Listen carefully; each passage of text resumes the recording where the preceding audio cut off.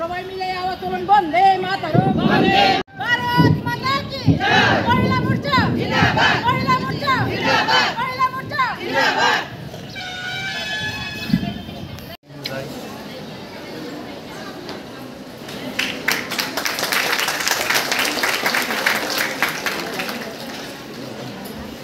একটু 2025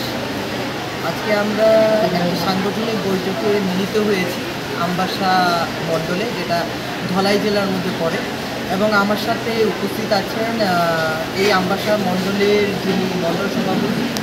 অজয় অধিকারী, সাথে আমার উপস্থিত আছেন এই ধলাই জেলার যিনি আমাদের জেলা সভাপতি প্রতিরাম ত্রিপুরা মহোদয়, উপস্থিত আছেন আমার সাথে মহিলা মোর্চার ধলাই জেলার সভানেত্রী দীপা দেব মহোদয়। তো আজকে আমাদের মধ্যে এই একটি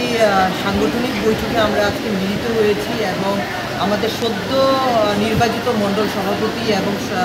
সদ্য নির্বাচিত আমাদের যিনি জেলা সভাপতি ওদের নেতৃত্বে, এবং যে ভারী মাত্রায় আপনারা এই সাংগঠনিক বৈঠকে মহিলা মোর্চার যে শক্তি দেখতে পাচ্ছেন, তাতে নিশ্চিত যে আগামী দিনে আমরা আমবাসা মণ্ডলে আমাদের সাংগঠনিক অবস্থান মহিলাদের দ্বারা এই সংগঠন অনেকটা এগিয়ে যাবে, এবং নিশ্চয়ই ভারতীয় জনতা পার্টির এবং আমাদের মাননীয় প্রধানমন্ত্রী নরেন্দ্র মোদীজি যে বিচারধারা এবং চিন্তাভাবনা, যে সবকা সাথ সবকা বিকাশ এবং অন্তোদয় ব্যক্তি পর্যন্ত পৌঁছানো, সাথে মহিলাদের যে একটা কর্মযোগ্য, মহিলাদের জন্য উনি যে উচ্চ মাত্রায় যে ধরনের সর্ব সুবিধা বা অন্তোদয় ব্যক্তি পর্যন্ত যে ধরনের সুবিধা প্লাস মহিলাদের সশক্তি করার জন্য এবং মহিলাদের এম্পাওয়ার করার জন্য ওনার যে বিচারধারা, সেই সবটাই নিয়ে কিন্তু আজকে আমরা দেখতে পাচ্ছি ভারতবর্ষ কিন্তু একটা অন্য একটা খুব কনস্ট্রাকটিভ ভারতবর্ষ কিন্তু রূপায়িত হয়েছে। এবং সেই সাথে আমাদের ত্রিপুরা রাজ্যে যে সরকার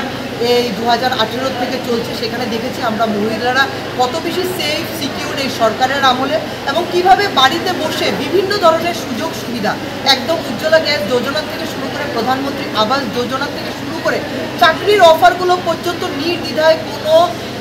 পার্টির বিবেচনা না করে যেভাবে স্বচ্ছভাবে ট্রান্সপারেন্ট ওয়েতে প্রত্যেকটা ঘরে ঘরে যাদের কোয়ালিটি আছে এবং যারা সত্যি বিপিএল মুক্ত পরিবার, যাদের পাওয়া দরকার, যাদের এই সুযোগগুলো পাওয়া দরকার, সেই আগের বামফ্রন্ট আমলে যেরকমভাবে হতো যে ওদের সাথে যারা পথে চলতো, ওদের ভাবনা চিন্তায় যারা জিন্দাবাদ জিন্দাবাদ বলতো, সেই কর্মযোগ্য ছেড়ে যে মানুষের সাথে থাকা, মানুষের বিকাশ করা এবং প্রকৃত মানুষের হয়ে কাজ করা, সেই বিচারধারাটি কিন্তু ভারতীয় জনতা পার্টির পুরো ত্রিপুরা প্রদেশে দেখা যাচ্ছে। প্রত্যেকটা অঞ্চলে জনগণেরা একটা অন্য মাত্রায় একটা সেফ সিকিউরের সাথে ওরা কিন্তু একটা বিশেষ একটা ফ্রিডম এবং ঐতিহ্য নিয়ে কিন্তু বসবাস করছে আজকের ত্রিপুরা রাজ্যের মানুষরা। তো আমি আমবাসা মণ্ডলে ভারতীয় জনতা পার্টির যারা নেতৃত্বরা আছে ওদের সাফল্য কামনা করে, এবং ভারতীয় জনতা পার্টির এখানে খুব একটা সুন্দর আমি ছবি দেখতে পাচ্ছি, যেখানে আমরা জানি আমরা যেখানে মহিলারা সশক্ত, যে সমাজের মধ্যে ভারতবর্ষে মহিলারা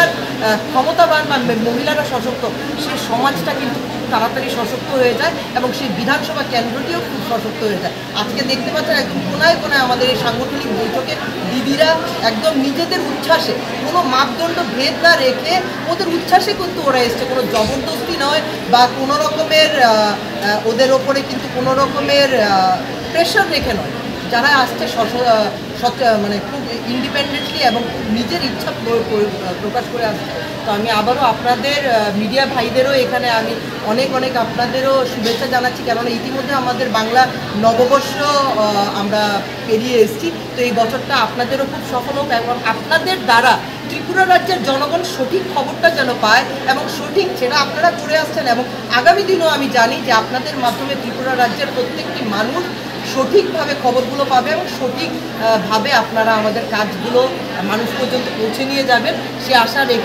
রেখে আমবাসা মণ্ডলের ভারতীয় জনতা পার্টির আমি জানি অনেক উচ্চ শিখরে পৌঁছবে, কেননা যারা দুজন নেতৃত্ব আমাদের সাথে আছে, দিদিরাও আমাদের সাথে আছে, দেখা যাচ্ছে ওদের দ্বারা ভারতীয় জনতা পার্টির ধ্বজ কিন্তু আগামী দিনে আমরা আমবাসা মণ্ডলে খুব সুন্দর এবং ভালো দেখছি, সুস্পষ্ট দেখছি। তো সবাইকে অনেক ধন্যবাদ বলে আপনাদেরও ধন্যবাদ রেখে এখানে বিদায়।